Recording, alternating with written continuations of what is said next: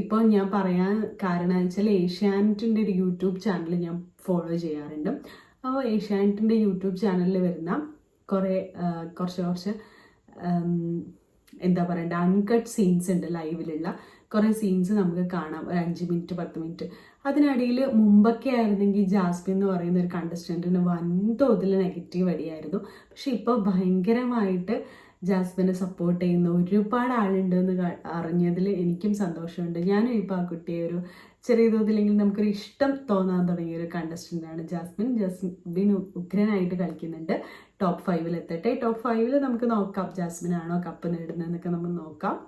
Anyway അവിടെ വേറെ ആരും അത്രയും ഒരു തൊലിക്കെട്ടിയോടുകൂടി അത്രയും ഒരു സ്ട്രോങ് ആയിട്ട് നിൽക്കുന്നില്ല എന്ന് തന്നെയാണ് എനിക്കും തോന്നുന്നത്. ഒരുപാട് അപക്വമായ പെരുമാറ്റങ്ങൾ ആ കുട്ടിയുടെ ഭാഗത്തുനിന്ന് മുൻ ആഴ്ചകളിൽ ഉണ്ടായിട്ടുണ്ട്. പക്ഷെ ഇപ്പോൾ നന്നായിട്ട് സംസാരിക്കാനും നല്ല മാന്യമായിട്ട്